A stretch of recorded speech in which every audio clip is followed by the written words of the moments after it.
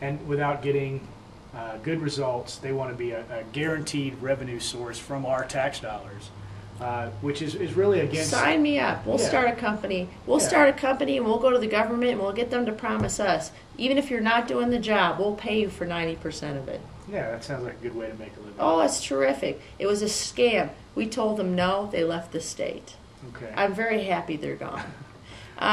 Because we don't need another for-profit. We have 484 inmates right now in Oklahoma. I call that the 100% recidivism plan. Colorado inmates are now in Oklahoma.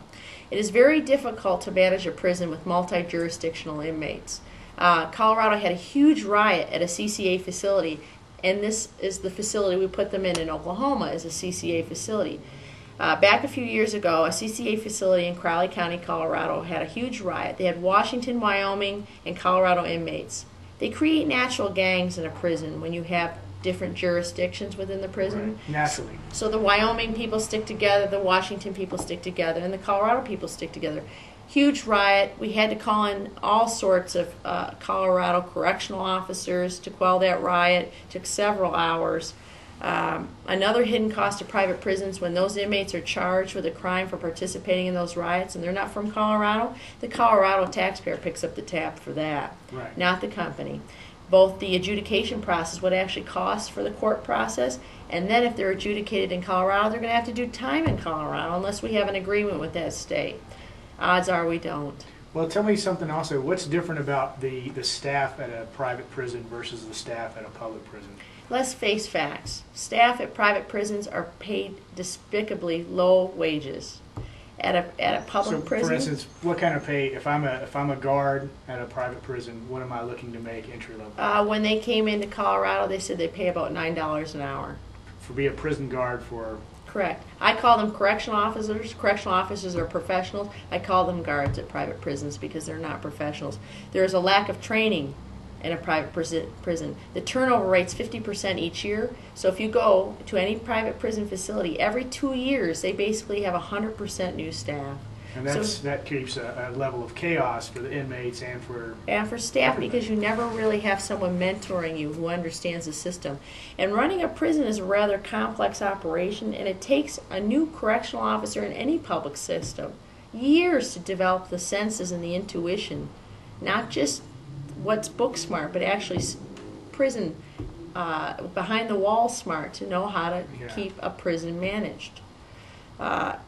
And it's an issue of public safety. Private prisons have 30 times the escape attempts that any public system has.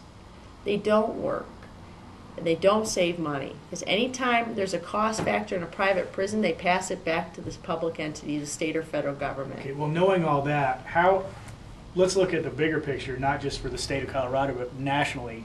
The lobbyists that are making their inroads in influence with our national and state elected officials. Some may ask how this has come to be. In Colorado, the former governor Bill Owens, brought private prisons to Colorado on a no-bid situation. So they gave a free contract basically to a private company. Yes. Which company was that? Was that CCA? It was Dominion. I don't believe they're here, but they had a riot at their facility too. Really? And then CCA purchased the facility. At the federal level and state level, if you go into any hearing that talks about reductions in sentencing or changing something from a mandatory sentencing to giving a judge discretion by situational basis, you will see many of the private prison lobby there trying to stop that from happening. Basically, there's no lobby for felons. There's no real huge lobby for families who have loved ones that are incarcerated. But those companies that make those huge profits, they do hire the lobby. And you'll see at any one time, I ran a bill to ban out-of-state inmates into Colorado after that riot happened here. At any one time, there were 13 people lobbying against my bill, getting paid at the state level. This happens at the federal level, too. They have the money to wine and dine Congress to ensure that we maintain mandatory sentencing. In fact, if you go back, there's a high positive correlation between the invention of mandatory sentencing and the invention of the private prison industry. So you're saying the lobbyists are not just influencing making the private prisons get the no-bid contracts and stuff like that, but they're actually influencing legislators to try to get longer sentences, mandatory sentences, sensible laws that could go forward, which a lot of people don't understand why nonviolent Offenders. Nonviolent offenders are being incarcerated for years without any kind of treatment. And so you're saying that perhaps there's even another confluence with that. There is an organized effort to ensure, and this is the question, and for those that I argue with on the House floor who disagree with my position, I ask a simple question. If you have a stock-held company, what's your job as a CEO? To make money. To make money. Mm-hmm. Therefore, you need constant return of bodies and cells to fill your beds.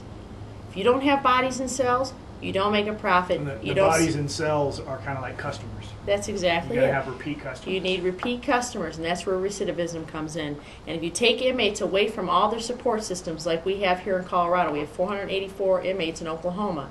That means relatives don't get to visit them as often. That means that they aren't in contact or in close proximity to systems in their community to help them succeed when they come out, because they're in a whole other state. I call that the private prison industry's 100% recidivism plan. They want to see those inmates fail. Right. And they'll argue and say, no, we have treatment, we want to help them, we want to see them to succeed. But bottom line, they're stock-held companies that pay dividends to stockholders. What happens when stockholders don't make money? They don't invest in your company. And the company loses money. And the company loses so money. So let's say that in 2008, after we have the convention in Denver and the next president, who hopefully will be a Democrat, says, well, we're gonna change the budget of prison budgets, and we're gonna change the law so nonviolent offenders go to treatment first, and that's gonna save the country X number amount of dollars, the federal government X number amount of dollars. You're saying that these lobbyists would really push back on that and say, wait a second, we can't have less prisoners. We need to keep having more prisoners. That's correct. I believe that's exactly correct. They have the money to hire lobbyists to go to Washington and in states like Colorado, all over this country, to try to ensure that there are more bodies for those cells. And a lot of your prisoners, not always, but typically come from lesser means. Would that be a fair statement? In Colorado, you will see the highest number of inmates come from the highest populated areas of the state. Oh, urban areas. Urban areas. Okay. Simply because of population. We certainly see a disparity. You go into the federal prison system or any state system, and you'll see an overrepresentation of minority populations in any prison system. I believe I've heard the statement that there are more African American males in prison than in college in the United States. I've not heard that, but if you have a moral compass and you hear a statement like that, if that's indeed true, I hope everyone pauses at that statement. Mm-hmm. We really need to re-examine what's happening in this country when it comes to prisons. We cannot keep growing as fast as we are, and we do a disservice to families every time we don't try to use drug and alcohol treatment. We need to invest more in preventative programs, working with children whose parents are incarcerated. If we know 60% of those children go to prison in the future, why aren't we talking about it? Right. And I guess you're right. Nobody runs a campaign saying, I'm going to stand up for felons' rights. It is not popular. In Colorado, I think we should look at a few things. I've addressed prison educators, and I've told them, I'm 100% with you. I believe we need to work on skill building, whether it means GEDs or other skills to help inmates become successful when they leave prison. It really does benefit the taxpayer, but I'll never win an election